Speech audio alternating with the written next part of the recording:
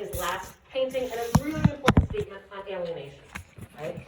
Remember, a painting that really could be considered in some ways the first sort of commentary on modernism and what sort of the goals of ambitious painters in the modern era should be. And I think what that painting is saying is they shouldn't be about faithful illusion anymore, because the camera can do that better, faster, and cheaper. So the answer is that painting must then be about the externalization of the internal. A painter can do something that the photographer can't do, which is reveal internal thoughts, feelings, ideas, emotions. Like we see in that barmaid, right? The two barmaids that are distinct from one another. On the one hand, right, her external reality is she's going through the paces. She's leaning in, right, to her customer across the bar, right, getting his order. Posture is, is friendly and approachable. On the other hand, the actual barmaid, Manny has shown us he has externalized her internal thoughts, feelings, ideas, and emotions. He's externalized her alienation, the disappointing reality of her actual life, right? Again, her illusion of the glass suggests, again, the way things are supposed to be, right? Intimate, friendly, approachable. But the real barmaid reveals, right, the disappointing reality of alienation, of lack of that intimacy. The point of that painting, and remember this going forward, because now we are in more complicated territory, because going forward, painting is not really ever, again, about the representation of, the faithful representation of the external world. It's about other things now, going forward in the modern period. So that's something, with a possible exception of where we're starting today. By the end of today's class, you're going to start to see post-impressionists not being faithful to recording external reality, not being faithful to an illusion of external reality, but rather trying to reveal something unseen or invisible instead. So this is the moment where we're seeing an important shift, right, from what I call the realist tradition into the modernist tradition. So we are on the cusp of that shift right now. In the last decades of the 19th century is when we shift, right, from the realist tradition that we've been tracing since the Renaissance, since the beginnings of this class, into something new, right, where again, painting really has to redefine its goals. And that's in large part in light of the invention of the camera, right? So in 1882, right, 10 years after Monet's Impression Sunrise was painted, in 1882, Manet dies, and Impressionism is no longer new. Remember the scandals of Monet's Impression Sunrise, of Monet's Boulevard des Capucines, right? What, pray tell, are those tongue lickings in the lower left corner, right? Critics who could not begin to understand. Only 10 years later, Impressionism had become homogenized. So Impressionism is really radical initially, but it's very quickly mainstreamed. It's very quickly homogenized, right? So by 1882, Impressionism is no longer new, okay? Manet's dead. He was sort of the founder, according to some, the father of Impressionism. He's dead. Impressionism is no longer new. The future really belongs to a younger generation, right, coming up below the Impressionists. We call the work of those artists post-Impressionism. It's a really bad term because it doesn't mean anything, right? It just means after Impressionism. So it's not a useful term. So I'm going to try to talk to you a little bit more specifically about what post-Impressionism is. And the most important thing for you to understand at the outset is that post-Impressionism consists really of two camps. I think one of the reasons why we have this term post-Impressionism is because there are lots of different styles, there are lots of varied styles, right, that are practiced among this younger group. So there wasn't really anything more specific, right, that could sort of knit them all together. So we just end up with post-Impressionism after Impressionism. And I'm going to sort of talk about two distinct camps of post-Impressionists, okay, to sort of try to help things out. What knits the post-Impressionists together is their dissatisfaction with the limitations of Impressionism. All of the post-Impressionists felt that something was lacking in Impressionism. They just didn't agree on what that thing was that was lacking. Okay? So, there are two different camps.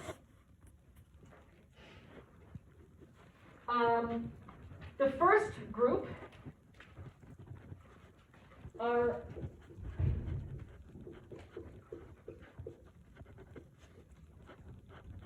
the first group is sort of represented by the duo, the artists, Seurat and Cezanne. And we're going to start by talking about them. Right?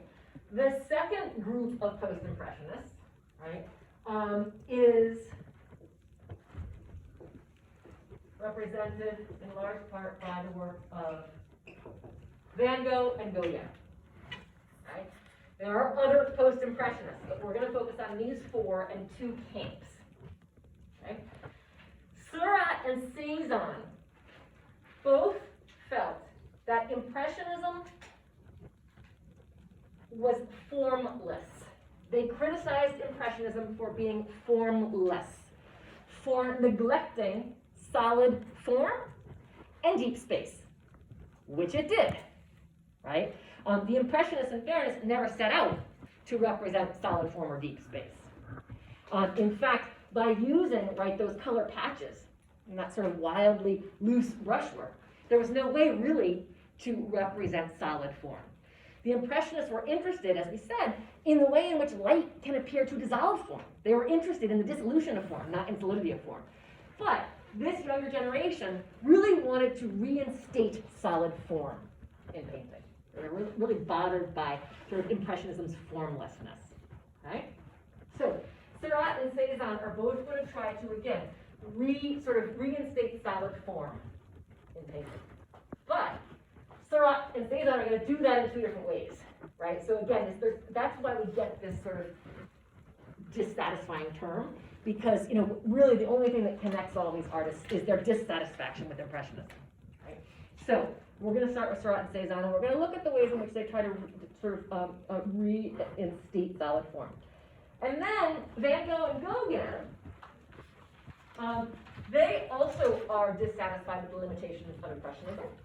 They believe that Impressionism neglected the artist's emotions, that it contented itself with the merely perceptual, with the way things looked, and neglected, again, the artist's emotions. And again, that's true, right? The Impressionists were not interested in emotion. They were interested in, again, a recreation of optical experience. They were interested in the merely perceptual. But these two artists are really invested, again, in sort of reinstating emotion. Okay? Finding ways, again, to sort of, reinvest art with emotion. Okay? So that's basically the context. Now, a couple other things I want you to be thinking about as we move through the class today. We're in 1882. We're less than 2 decades from the turn of the 20th century. And as we move through these 2 decades, you are going to see, right, artists, people in general, becoming increasingly distraught about the impending turn of the 20th century.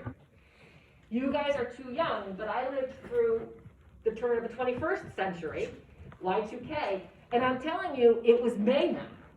People really thought that the world was going to come to an end, right, in the year 2000. People thought that our computers couldn't handle, right, the move from, a date that started 19 to a date that started 20. I mean, people really just thought we were going to wake up and, the world was going to have ceased to exist. So there was a lot of anxiety. And in fact, we call it Y2K, year 2000. There were IT people across the world were trying to figure out sort of how to fix, right, how to sort of prevent, right, sort of this impending disaster by making sure that computers and phones and everything were up to the task, right, of sort of, moving into this new unknown territory. And it was almost,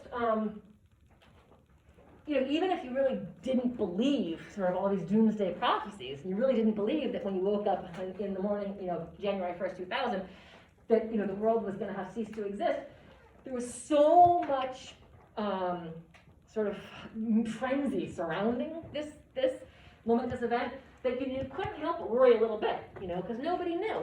So what I'm trying to tell you is that the same kind of thing was happening at the turn of the 20th century. Without even the issues of technology, right, having been a concern, nobody knew what was going to happen, right, in the year 1900. There was a lot of concern about the sort of impending turn of the 20th century. So much so that there are actually expressions, right, in French about it, because we're talking about French artists, you hear about the mal du siècle, right? That is sort of the evils of the century, the perils of sort of, the impending 20th century, the mal du siècle. And there was this general sort of malaise, right? Sort of unease or uneasiness in these 2 decades, particularly in the 1890s. And one of the things, I was talking to a couple students after last class, one of the things that we see as a result, right, is re-entrenching when people tend to be nervous about something, when people tend to be nervous about progress in particular. One of the things that they do is to sort of retrench into conservative ideas, right? Because it's comfortable. Retrench sort of retreat into what's known, right? What's comfortable. And in large part, we see a resurgence of religion, right? In the last decade of the 19th century, which is really interesting, right? And that's, I think, because religion is comfortable. It's reassuring. So we've been talking about industrialization for all of the 19th century. Industrialization is the backdrop here. Journalism, right? Lack of censorship, all of these things, right, that we think of as being progressive. And now we're going to see, again, a retreat from that in the last decade of the 19th century, which is really interesting. So we see conservative views, again begin to reemerge. We see a resurgence of organized religion. Okay? We see a retreat from science. All of these things are really interesting. And one of the things that you should think about, too, is the Impressionists really embraced science. We didn't talk a lot about that. But in embracing optics, right, the Impressionists, remember, were really trying to be faithful to specific sort of optical experience. The way, again, in which the retina, right, receives color. So they were really interested in sort of the details, again, of the science of optics as it was then understood. And being faithful, again, to sort of, optical reality as it was then understood.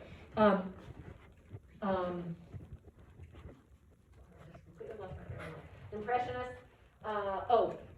they're very much proponents of science, right? Embraced science, embraced industrialization, embraced, right? Remember, we talked about the painting of modern life, right?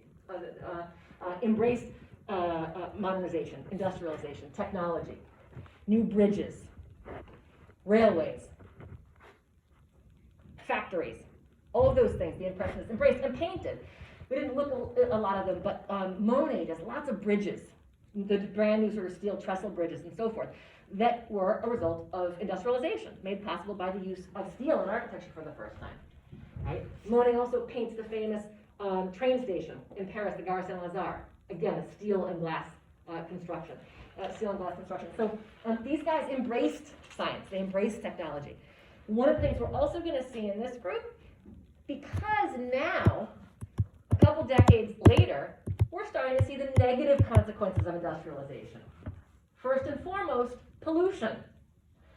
All of those sort of, again, scenes on the banks of the Seine in the suburbs. We saw one, right, a Monet on the bank of the Seine at Bennecourt. Those sort of beautiful sort of pastoral scenes, right, with this pristine river, pristine, right, sort of fields leading down to the river. That same river is beginning to be polluted in the 1890s, right? All of that smoke turning out of all those factories that the Impressionists had painted with such a positive outlook is beginning, right, to take a toll on the River Seine. And we're beginning to see, again, pollution, the negative consequences of industrialization.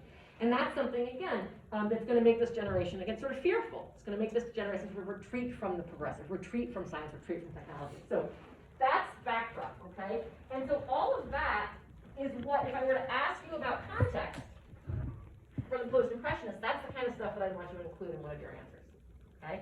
So now we're going to move on, we're going to take some of the deeper dives into individual paintings. And we're going to start with Seurat, and then we're going to look at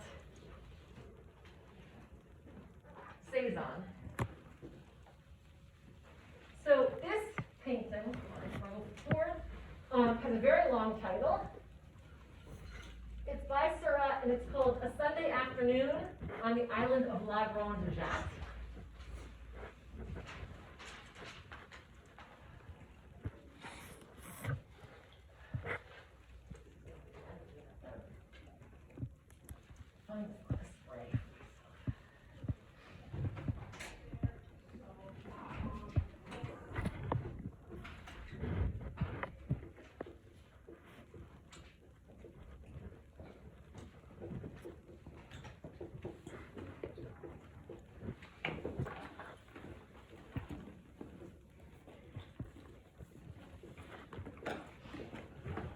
long title, and it dates from 1884 to 1886. So Seurat begins this painting 2 years after Manet's death. Okay? Now, this painting actually embraces Impressionist subject. This is still middle class, suburban leisure. Okay? We are, again, on the bank of the River Seine, not in Bennecourt, right, but in another one of the suburbs of Paris. And in the River Seine, at this location, there is an island. And the island is called La Grande Jatte. And it became a very popular leisure time venue on Saturday and Sunday afternoons. Not just middle class, but also working class, right? So subject, again, sort of, certainly suburban leisure, right? But maybe mixed class here. So here we are on the island of La Grande Jatte, in the middle of the Seine, in the suburbs of Paris, on, as is specified in the title, a Sunday afternoon. So, the subject here is Impressionist. It's the style that's different. It's the style that's new. And remember, Seurat rejected Impressionism's formlessness.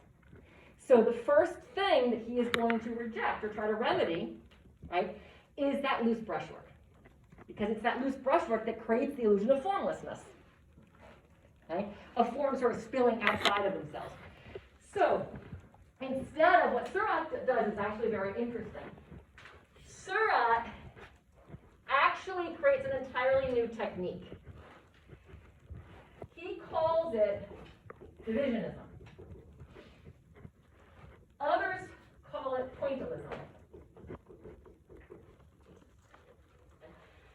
The technique is one whereby instead of using these large, loose brushstrokes the Impressionists use, these color patches, he actually used tiny points or dots of paint across the entire surface of the canvas. And each of those dots of paint was a primary color. Juxtaposed individual microscopic dots of pure primary color. The idea being, and again, Seurat, not unlike the Impressionists, is following the science of optics. He's trying to replicate something called retinal blending. So what he's doing is allowing the eye to blend the colors rather than the palette. The idea was that you can certainly mix blue and yellow on a palette and come up with green. But if you place a dot of pure blue next to a microscopic dot of pure yellow, the idea was they would blend in the eye, in the retina of the viewer, and create a green that was more pure, more brilliant, more vibrant than any green you could get by blending on a palette. So this was, again, a sort of scientific experiment, following the rules of science, trying to replicate this idea of retinal blending. And what he wanted was the effect, right, of this incredible sort of brilliant, shimmering palette. Right? So we have these tiny dots, these microscopic dots of paint that covers the entire surface of this canvas. This is a large canvas. If you're wondering why, think about this. This is a large canvas. This is 7 feet by 10 feet. So it's 7 feet tall by 10 feet wide. So these are life-size figures, this couple here. Right? It's a large canvas. Remember what we talked about the Impressionists. What's the temporality of Impressionist painting? Quick, right? For so many reasons, but the idea is they're trying to get down the basics of light and atmosphere before they change. Okay? The temporality of Impressionist painting is quick. Impressionist canvases could be done over the course of a single day, sometimes retouched a little bit later, but the basics could be done over the course of a day. This painting took 2 years to create. Again, for obvious reasons, if you are trying to cover, right, a 7-foot by 10-foot canvas with microscopic points of paint, it's going to take a long time. So the immediate thing I want you to understand about his technique, right, here we have, he called it divisionism, others called it pointillism because of the points of paint, is very labor intensive it's very slow. And just like with Impressionism, I would argue that slow temporality of the pictorial process, think about how sort of painstakingly, labor intensive that is. That very slow process, pictorial process, translates to a much slower viewing experience. Just like the quick temporality of a process, like color patches, translates to a quick experience. Remember with the Moulin de la Galette, our eyes were darting all over that painting quickly because there were so many pockets of interest, right? You didn't know sort of what to take in first. This is very different. This is slow, and you look at it slowly. So it's a very, very different visual experience as well. Okay? Now, in addition to that, so he's trying again to sort of reinstate kind of solid form by, again, avoiding the color patch, by avoiding large, loose, quick brushstrokes, and retrenching into this more sort of strict scientific method, right, that results in a slow pictorial process and a slow sort of visual process as well. Now, I want you to look at this painting. Tell me, sort of in addition to this new technique, how else, one of the things, again, that Seurat and Cezanne wanted to do was reintroduce solid form and reintroduce deep space. Does Seurat succeed here in reintroducing deep space, and how? Nehemiah? He introduces deep space with like the perspective of it, because you still have the linear perspective pointing to, not, I wouldn't say there's a specific point in the horizon that it's pointing to, but it's like there is a horizon line and there are lines guiding you in your towards the camera. Yep. So remember, with the Impressionism that we looked at, there was never any perspective present, right? First of all, because of, again, that color patching, right, those large, loose brushstrokes, there really weren't any straight lines in Impressionism. So it was nearly impossible to replicate, right, single-point perspective with orthogonal lines. It's too scientific a method. Remember, the Impressionists were trying to be faithful to optical experience, to optical reality. They were trying to be faithful to what they actually saw, their visual experience, not to what they thought they should be seeing. Right? This is different. So we do see the reinstatement of some perspective. As Nehemiah said, right, we actually have a horizon line. We can see it very clearly established. It's not in the center of the canvas, it's a high horizon line, but it's there, very clearly established. And we have this also very clear, the bank of the River Seine, right, retreats on a diagonal line. It creates, it's not a perfect, right, ruler straight diagonal, but nonetheless, we have a kind of clear diagonal that's leading us from the lower left corner towards the upper right corner. It's leading us back in space, as Nehemiah said. And you can even see, right, the sort of tree trunks here, right, creating another diagonal, right, that rejoins the first diagonal back here, right, drawing the eye into deep space. Does anybody see anything else? So we definitely have some perspective here. We have Seurat trying to pull our eye into deep space towards a vanishing point on the horizon. He's also trying to reinstate planes in depth, distinct foreground, middle ground, and background. Like the classical landscape painters. Think about, if you can remember, Nicolas Poussin, right? And St. John on the Island of Patmos, and how we have, in traditional classical landscape, these very clearly demarcated planes in depth. Completely absent, right, in Impressionism. But Seurat, because his MO is to reintroduce solid form and three-dimensional space, is going to try to reassert planes in depth. Does anybody see how we get, or how he establishes sort of a distinct foreground, middle ground, and background? Does anybody see the foreground might be the easiest? Well, the middle ground is the hardest one to see, but we have a background, right, because we have a horizon line. We just said perspective is drawing us, right, into the background, right? How is the foreground represented? How is it demarcated? Erica? The shadow. Yeah. One big long shadow in front. Absolutely, right? We have this very clear sort of arcing shadow that bathes this whole lower right corner, right, in shadow, and creates a very distinctive foreground. This is the foreground, right? All of these figures, again, sort of situated on this blanket of shadow. We know, I mean, we can see again all these tree trunks. We know that there's a tree right beyond this couple here that's again casting shadow in the foreground. So we have a very clearly demarcated foreground. And then, you know, maybe between the sort of and then we have a middle ground that's bathed in light. So the middle ground is here, right, between the edge of that cast shadow and maybe this very prominent tree. So this is sort of the middle ground. And then we have our background. But we have clearly established planes and depth. So Seurat, in some ways, is trying to, while he is embracing an impressionist subject, stylistically, he's reasserting classicism. One of the things I've been talking about in this class is that, and this is certainly a generalization, and some of my colleagues don't like me for teaching it this way, but I think it's a really helpful generalization for students.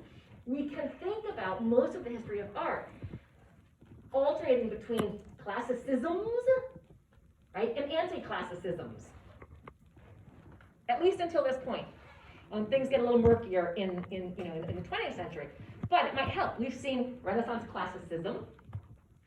We saw the Baroque as a reaction to that. Then we saw the emergence of neoclassicism that rejected the Baroque and revived Renaissance classicism. Okay. Then we saw the emergence of Romanticism, which rejected the classicism of neoclassicism and revived the Baroque. Remember, we said Romanticism was neo-Baroque in fact. Then we saw Courbet's realism, that you guys were telling me had some sort of classicism in it, okay? In its sort of diffuse lighting and crisp lines. And then we saw Impressionism, right? Which was more neo-Baroque in quality, right? With its interest in light, qualities of light, and sketch-like brushwork.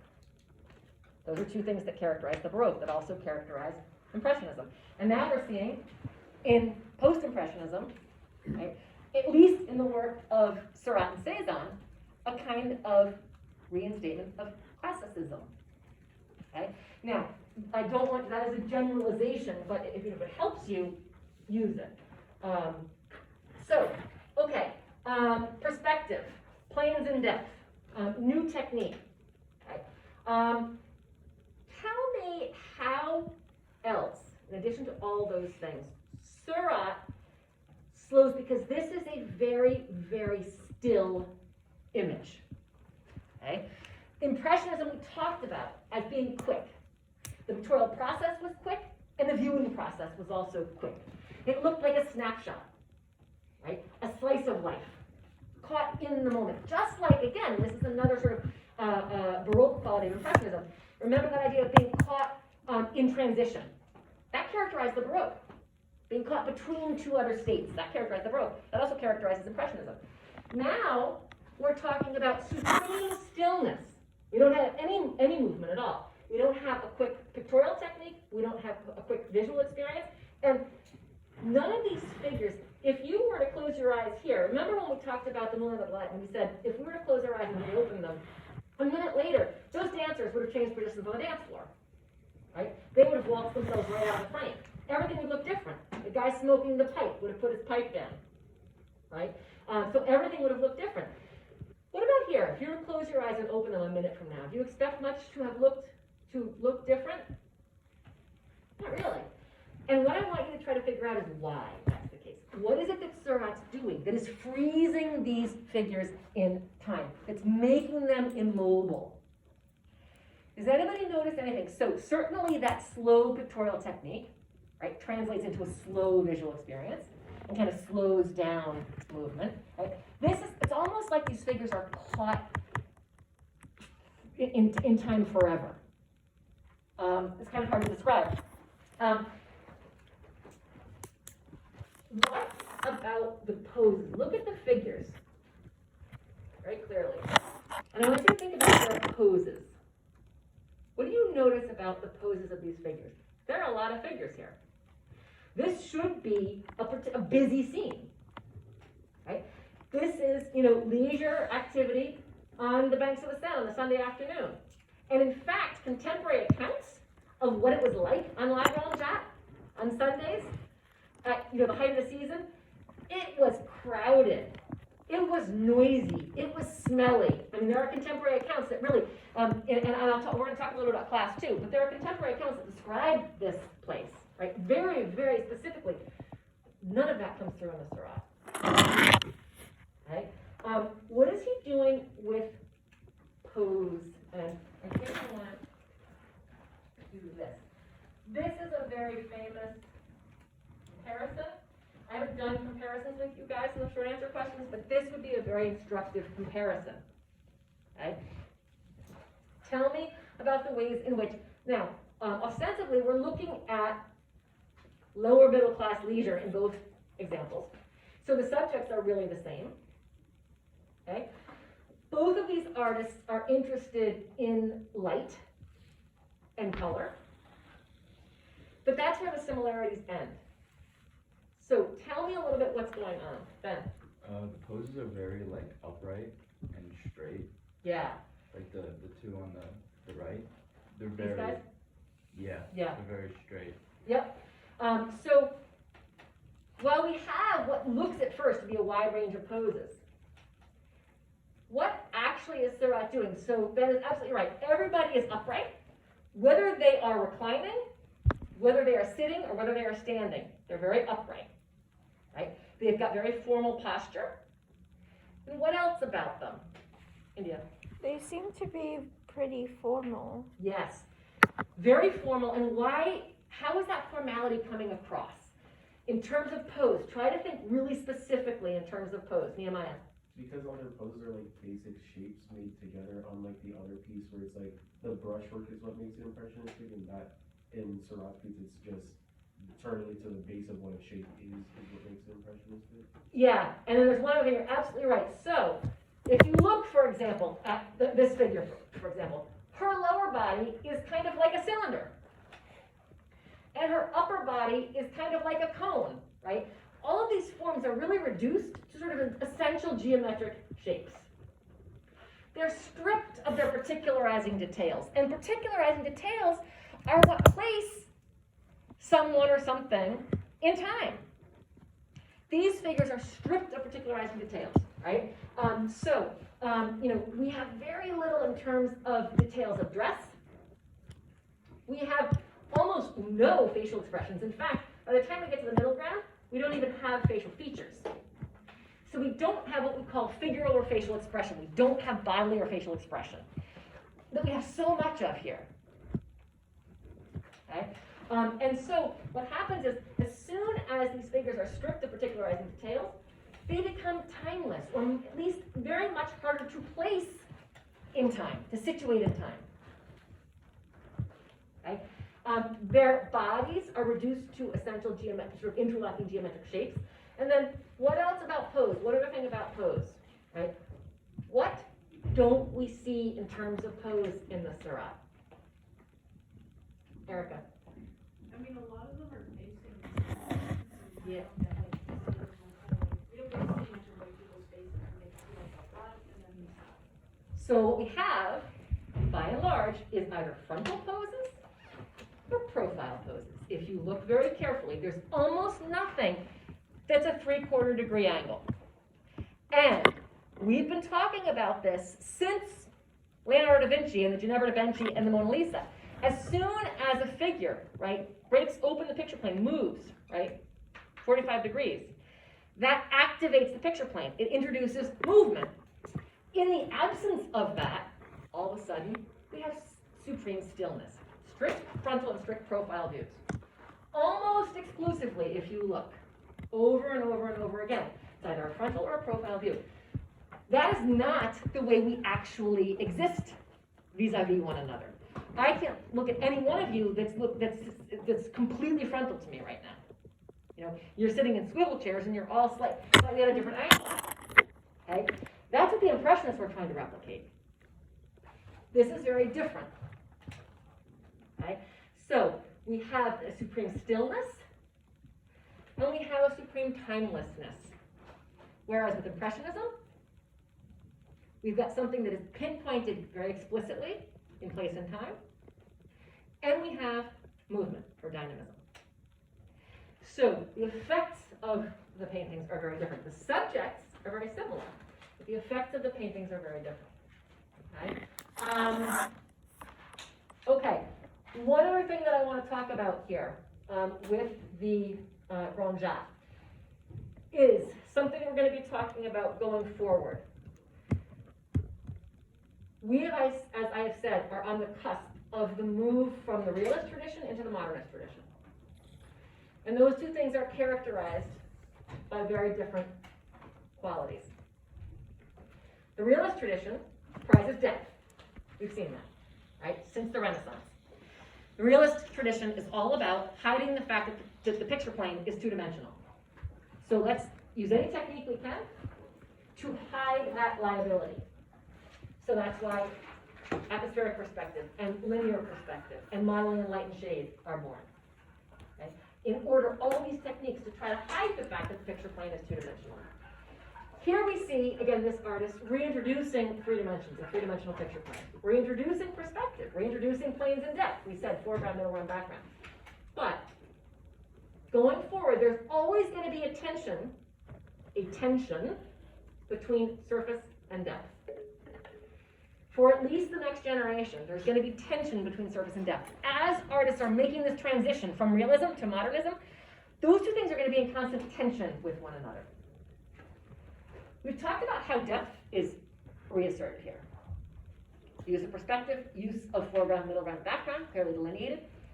How does Seurat end up calling attention back to surface? How is surface, meaning the surface of the canvas, the two dimensions of the canvas, right, asserted here? What is it that sort of brings our attention back to surface? We see that depth, experience it, right? But our eyes are popped back out to surface again. How is that happening? Lexi? Because he uses like points to like state that it's paint. Exactly. This is an overall surface pattern. If you look at this up close, all you're going to see is dots of paint on the surface of the canvas. That is a surface pattern. It sort of by definition calls attention to surface because the entire surface is covered with this fabric of tiny dots of paint. Exactly as Lexi said, it is just dots of paint, dots of primary colors of paint juxtaposed on the surface of the canvas. There is nothing that is more two-dimensional than that. So when you recognize that, again, your eye pops back out of that depth, of that deep space, right? When you get up close, you notice surface. When you step back, you notice depth. It's almost as if the painting exists in two different realms. So I just want to show you, I have a couple details. It doesn't sort of replicate, but this is a great, so this is our friend here, right, the lower left-hand corner. And again, we remember this guy, with the pipe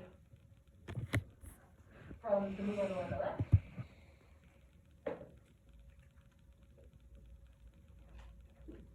This is pretty instructive. Yeah, Lexi. It just kind of reminds me, like, in Ferris Bueller's Day Off, when they go to the museum and they see this painting, how, like, he was, like, looking at the little girl part of it, and every time it got closer, like, you couldn't tell that it was even a face. Exactly. Right? That's exactly it. I mean, look at this, right? We're starting to, if you were to just take a swath of this, you'd have no idea what you were looking at. It just looks like, right, dots of paint juxtaposed on the surface of the canvas. Okay? And you can actually see, we're close enough now that you can actually see the dots of paint. You can start to see the dots of paint when you get this close. So look at the Impressionism, the detail of Impressionism. Right? It's incredibly different in terms of technique. Right? Here we have just this painstaking, sort of laborious approach of one dot of paint next to the other. And here we have, you can actually sort of, again, feel the strokes of paint as a Renoir placed them on the surface of the canvas. The sort of color patches, or the so-called tongue lickings, right? You can see where a brush laden with white paint, right, sort of ran across the surface of the canvas there. Here, you don't see a single brush stroke. And in that regard, this is in some ways more like the academic surface, right? If you think about it, what is the academic surface of classicism, Renaissance classicism, neoclassicism? It is the absence of visible brushstrokes. Okay? So the surface here tends to be smooth rather than rough. And so that's another sort of classicizing feature, not to push to belabor the point, but that's another kind of classicizing feature of the Surah, whereas here the loose, sort of visibly loose brushstrokes would be a Baroque feature.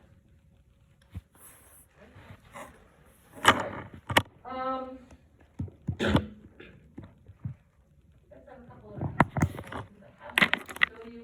Here's another detail where you can really see again the kind of paint.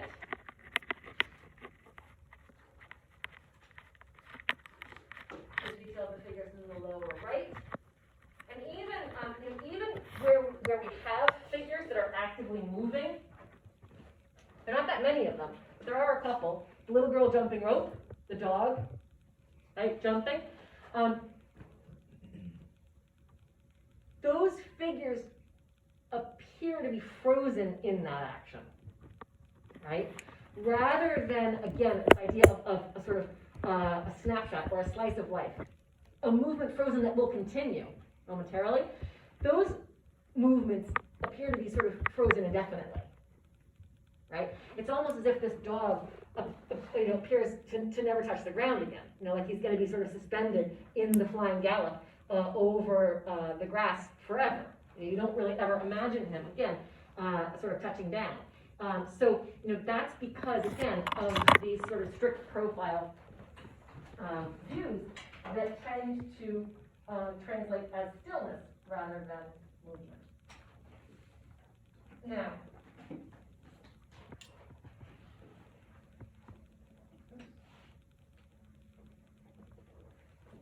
just to kind of drive the point home that I said that I wouldn't belabor, now we're talking about sort of the classicism of Seurat.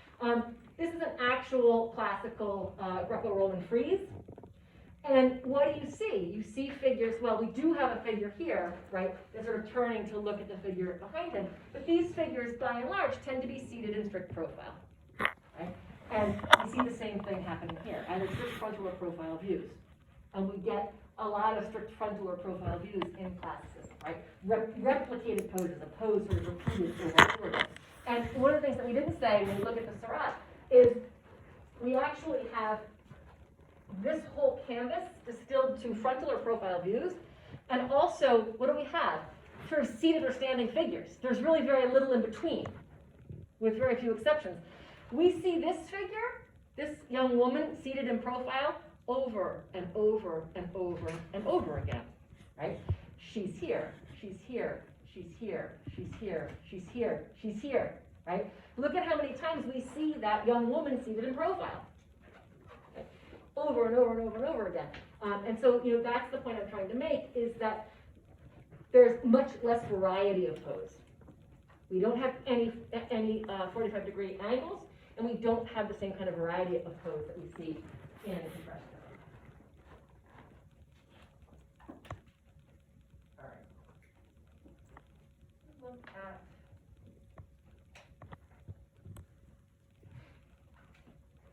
Cézanne. So Cézanne is in the same camp as Seurat.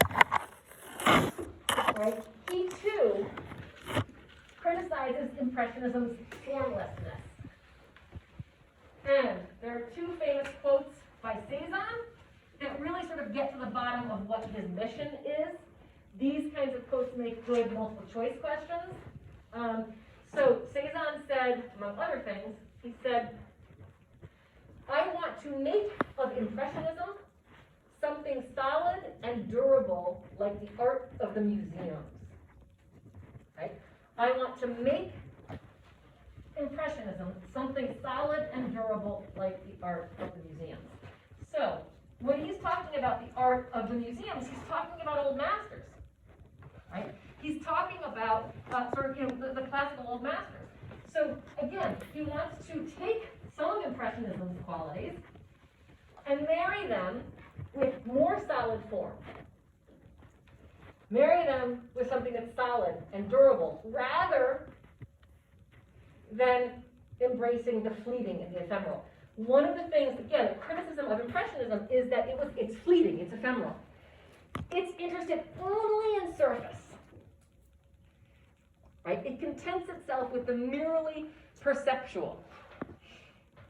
It's interested only in that which changes. If you think about Impressionism, what the Impressionists are trying to record is everything that changes and nothing that stays the same in an interesting way.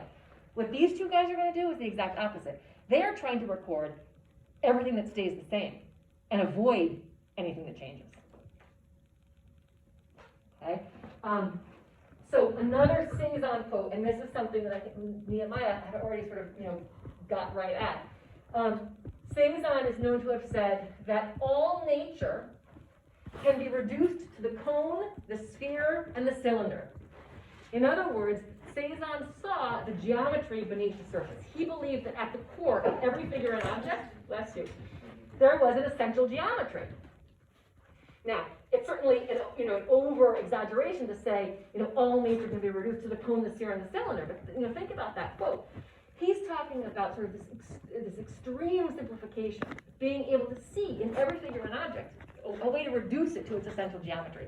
And that's exactly what Seurat, too, was doing, maybe without knowing it, in the figures in the La Ronjat painting, right? He's starting to see in them their essential geometry, their essential geometric components. Does that also come into play with Cubism? Yep. Everything's reduced to a shape. Cezanne is the most important predecessor of Cubism. You're absolutely right. So when we talk about Cubism next time, we're going to be talking about how important Cezanne was for Picasso. Cezanne is, Picasso's muse. You're absolutely right. Cezanne is the one who is at the core of the Cubist enterprise of breaking shapes apart into their geometric components. You're absolutely right. So, Cezanne.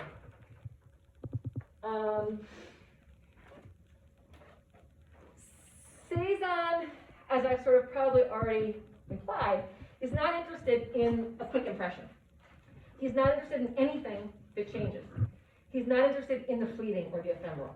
He is interested in the solid and durable, right, as his quote suggests.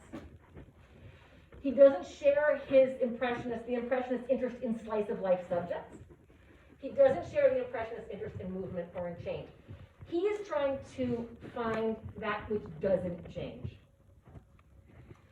He is trying to find the permanent qualities beneath what he called accidents of appearance. And this may be the key to understanding Cezanne.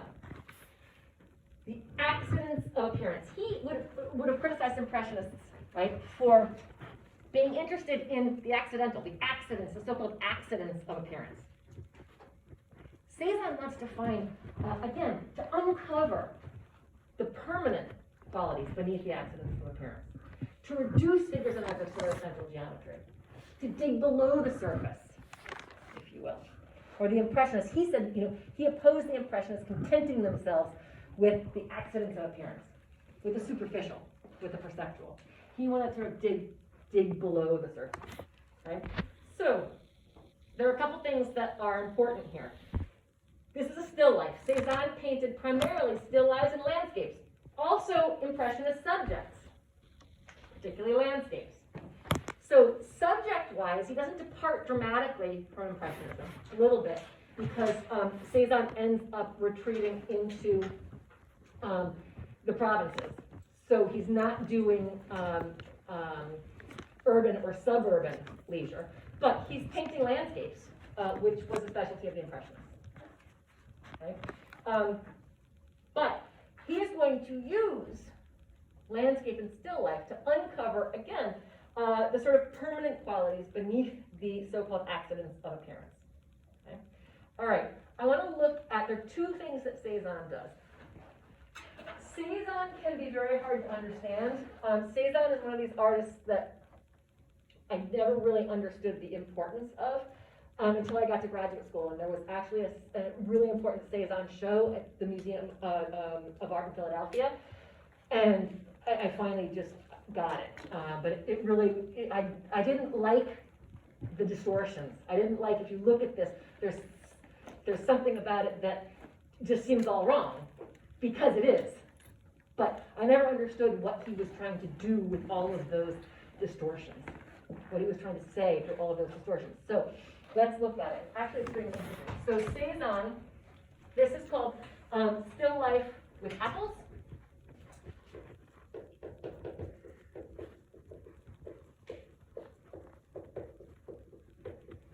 And dates 1890 to 1894.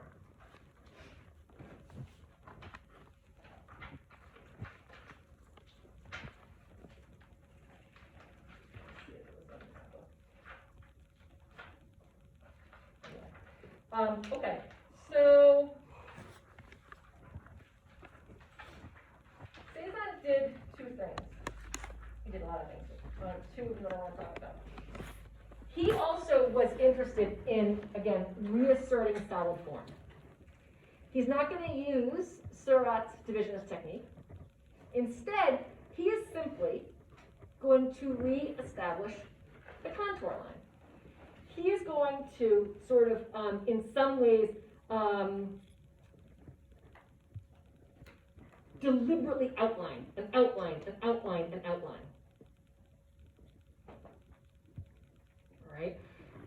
And so we see, it's almost as if the more he outlines something, the more real he can make it.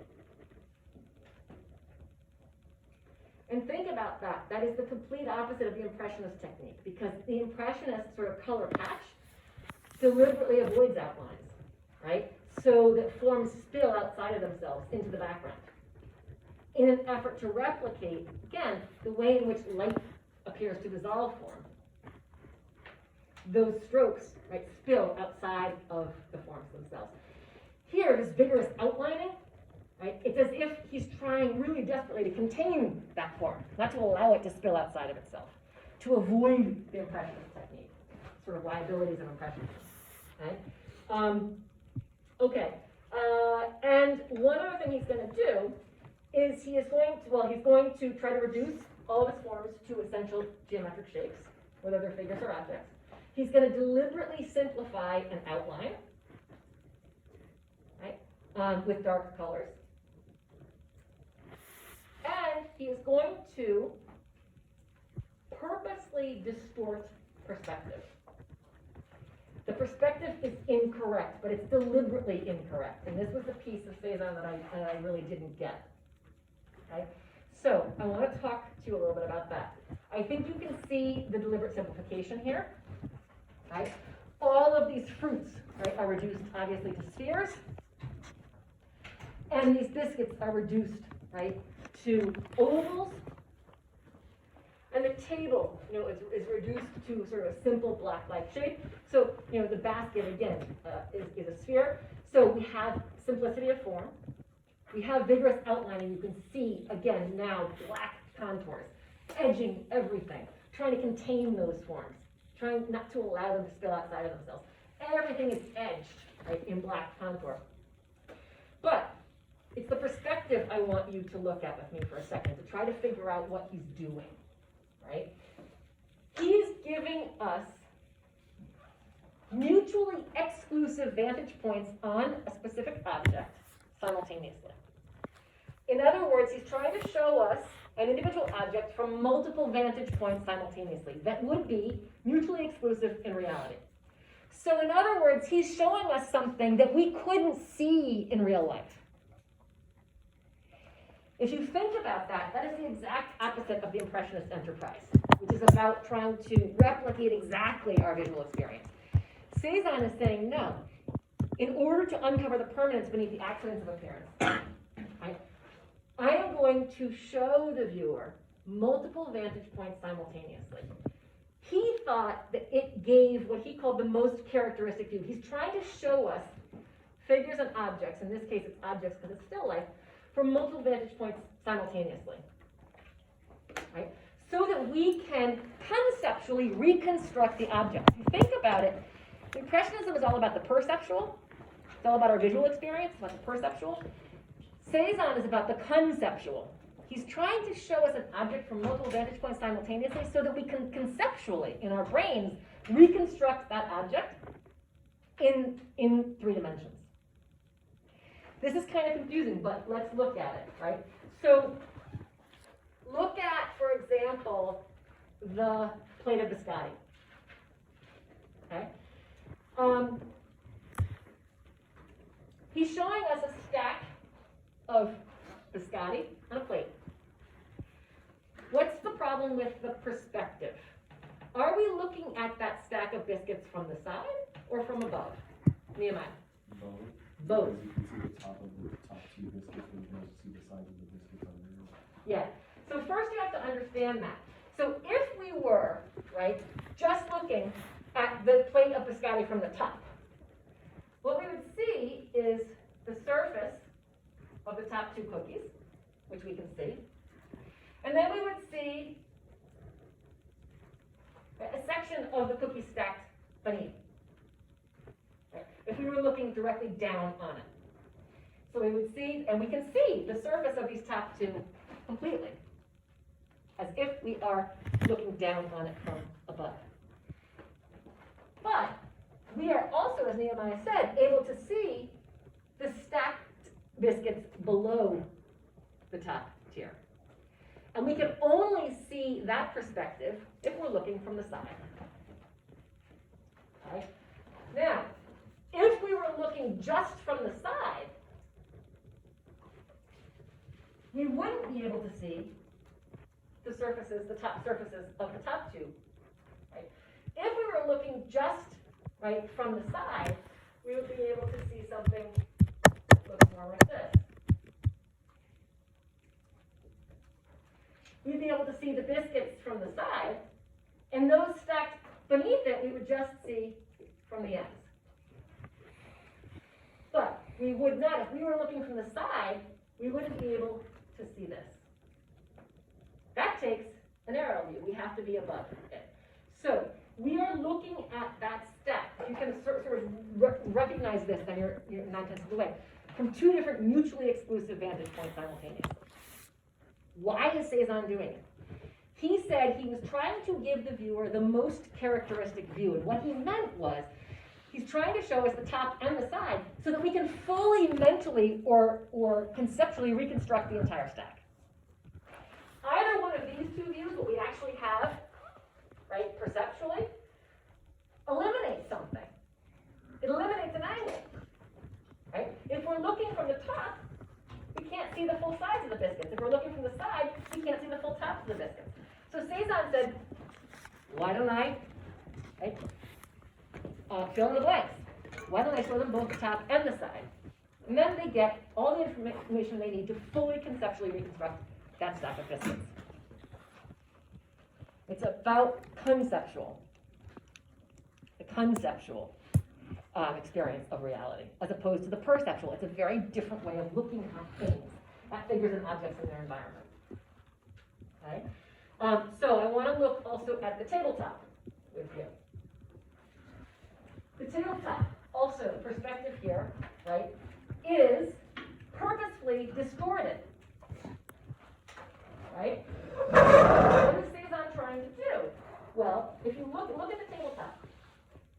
Right? First of all, we can see it from the point of view of surface. We're looking down on its surface. Right? As if we're looking from an aerial view. So here, if I stand above this table, right, and look down on it, my vantage point only shows me a rectangle. I can't see anything but surface from an aerial view. And you can do this. You can stand up here and you can, so I am elevated enough, my vantage point is elevated enough on this table that when I look at it, I'm looking down on the surface and all I see is a rectangle. What do I not see from that elevated vantage point that Cezanne also gives us here? The sides of the table. The edges of the table. And you can, if you don't believe, come up here and do it and look down. I cannot see any of the edges of this table. To see the edges of the table, what do I have to do? Like, go sideways.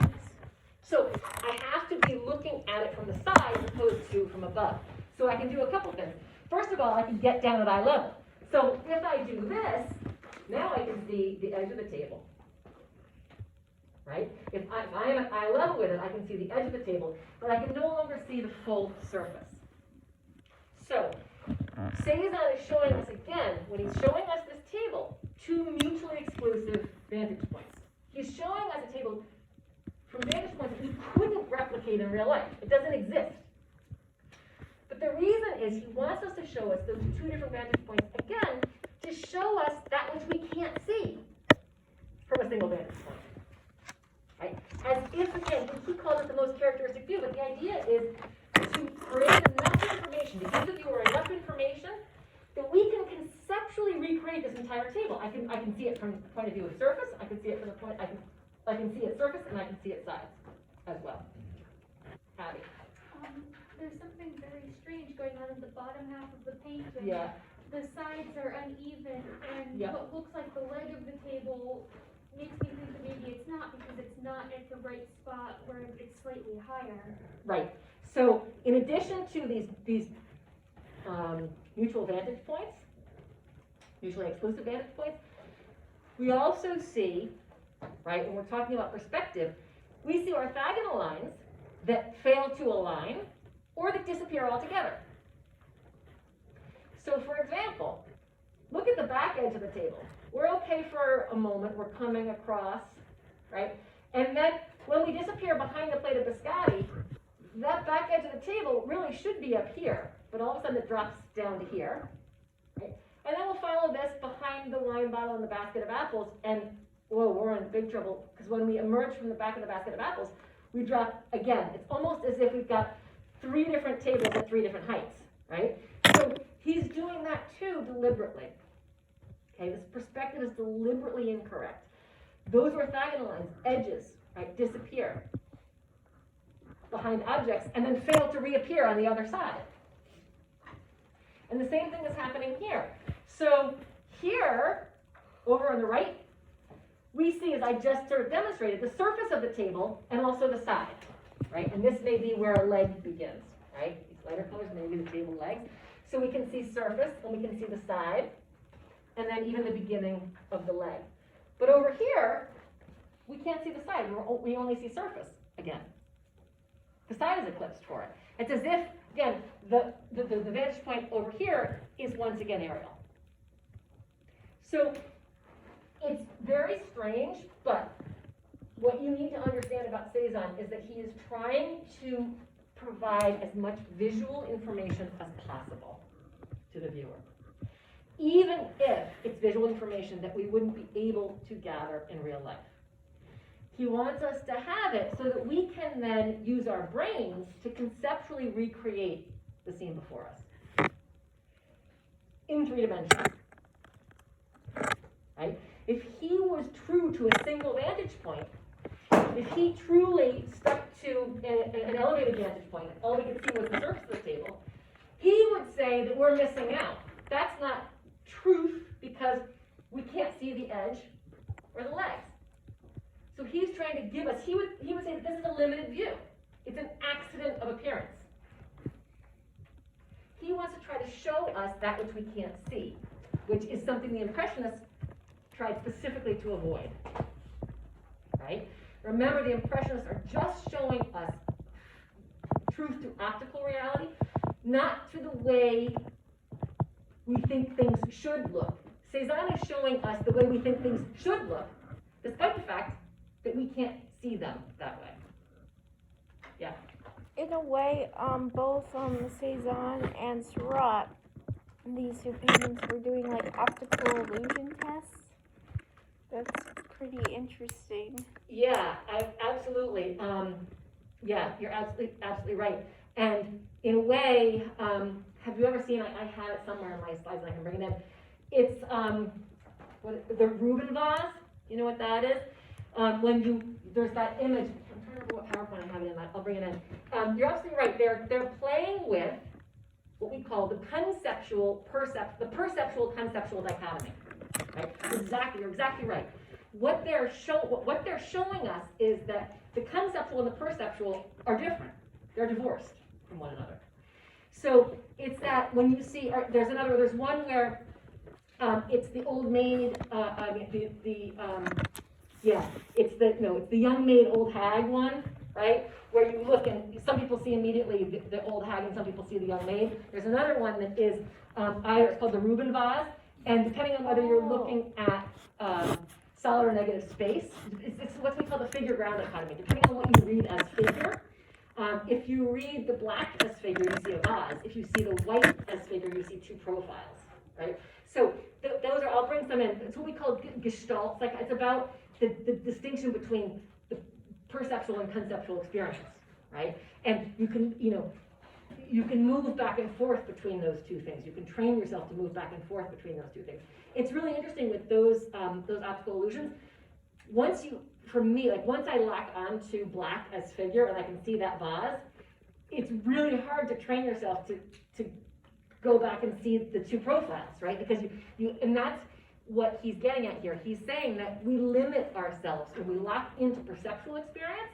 We're actually limiting ourselves to one vantage point. That's the point of those. It's hard to move back and forth between the two, and that's what Cézanne's trying to do here. He's trying to force us to have to move back and forth between conceptual and perceptual realities. And it's really interesting, sort of psychologically, what he's doing. And, if you think about it, this also is at the root of modernism, right? When modern painting becomes less and less about the perceptual and more about the conceptual. We might get as far as, the furthest I've ever gotten in this class is actually something called conceptual art, which is a style of the 1960s, and it's all about this, right?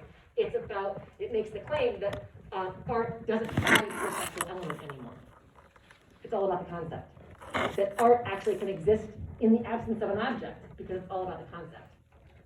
So that's where this kind of thing takes us, right? From 1890 all the way to 1960. You could say that, conceptual art of the 1960s is rooted in Cézanne. So that's how these guys are important to the future of modernism. All right. Oh, I have to let you go anyway. I thought we were really early. I've got another makeup exam I'm giving upstairs from my writing class. So I was supposed to